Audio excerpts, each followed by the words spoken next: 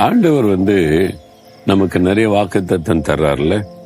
அப்பப்போ வாசிக்கும் போது, ஒரு பிரசங்கம் கேட்கும் போது, இல்ல ஒரு செய்தி, ஞாயிற்றுக்கிழமை ஆராதனை போகும்போது கூட பாஸ்டர் மூலமா, ஊழியக்காரர் மூலம் பேசுறாங்க, பைபிள் வாசிக்கும் போது பேசுறாங்க. சில காரியம் நம்ம உள்ளத்துல ஆழமா பதிஞ்சிரும். இது ஆண்டவர் எனக்கு கொடுத்த வாக்கு தத்தம் என்று. சில காரியத்தை இன்னைக்கு ஜெபம் பண்ணும் போது ஆண்டவர் வாக்கு கொடுப்பாருல்ல. அது மாத்திரம் இல்ல, சில சமயத்துல இதுக்கு என்ன பண்றதுன்னு கலங்கும் போது தேவனுடைய வாக்கு தத்தம் நமக்கு அருளப்படும். அப்ப அந்த வாக்கு தத்தம் வந்த உடனே ஒரு பெரிய சந்தோஷம் வரும். அது நிறைவேறும். அந்த வார்த்தையின்படி கர்த்தர் செய்வான்னு காத்திருப்போம். ஆனா அது நிறைவேறாத மாதிரி போய்கிட்டே இருக்கும்.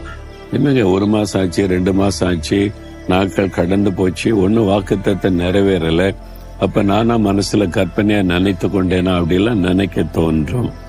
சூழ்நிலைகள் நம்முடைய விசுவாசத்தில் ஒரு அசைவை உண்டாக்கும். அந்த மாதிரி தானே இன்னைக்கு நீங்க அசைஞ்சு போயிருக்கிறீங்க. ஆமா, ஆண்டவர் வாக்குத்தத்தெல்லாம் தந்தாரு, நான் ஆசீர்வதிப்பேன், உயர்த்துவேன், மேன்மையை வைப்பேன்னு சொல்லி ஒண்ணு நடக்கலையே அப்படி சொல்றீங்களா?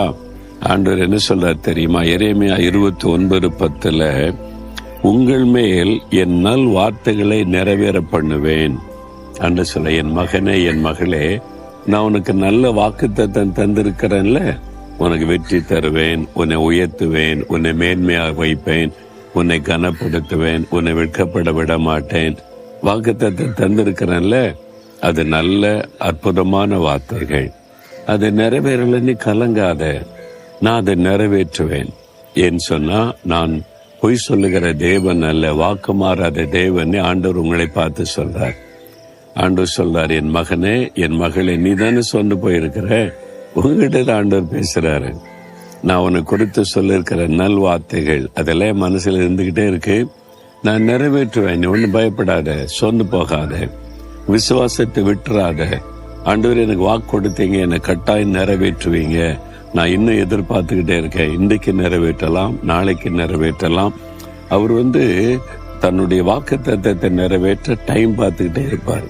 ஏற்ற வேளையில இந்த வாக்குத்தத்தம் அதுதான் நான் பார்த்திருக்கிறேன்.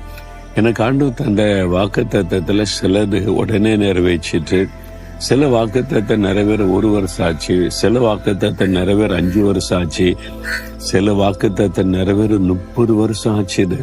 அதுக்கப்புறம் நிறைவேறிச்சு. ஆனா நான் கூட மறந்துட்டேன், ஆண்டவர் மறக்கல. நான் உனக்கு வாக்கு கொடுத்தல, இப்ப நிறைவேற்றி கொண்டிருக்கிறேன். ஏற்ற வேளையில நிறைவேற்றுவார். நம்ம தான் நினைப்போம், பிந்துடு. ஆண்டவருக்கு எல்லாமே கரெக்டா தெரியும். அவர் முந்தவும் மாட்டார், பிந்தவும் மாட்டார். சரியான டைம்ல வாக்கு தத்தத்தை நிறைவேற்றுவார். ஆபிரகாமுக்கு அப்படிதான் ஆண்டவர் வாக்கு கொடுத்தார். அது கால கடற பிந்துற மாதிரி அவங்களுக்கு தெரிந்தது இல்ல.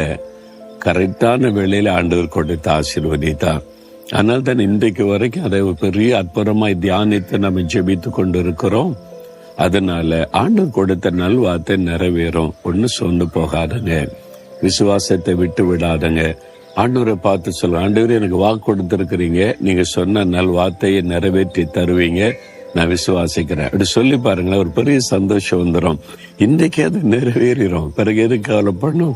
சொல்லுங்க ஆண்டவரை பார்த்து, ஆண்டவரே, நீங்க எனக்கு வாக்கு கொடுத்த மாதிரி எனக்கு கொடுத்திருக்கிற நல் வார்த்தைகள், வாக்குத்தத்தங்களை எல்லாம் நிறைவேற்றி தருவீங்க. நீங்க மாற மாட்டீங்க, நீங்க தவற மாட்டீங்க. ஏற்ற வேளையில இந்த வாக்குத்தத்தம் என் வாழ்க்கையில நிறைவேறும். நான் விசுவாசிக்கிறேன், அற்புதத்தை நான் எதிர்பார்க்கிறேன். இயேசுவின் நாமத்தில் ஆமேன், ஆமேன்.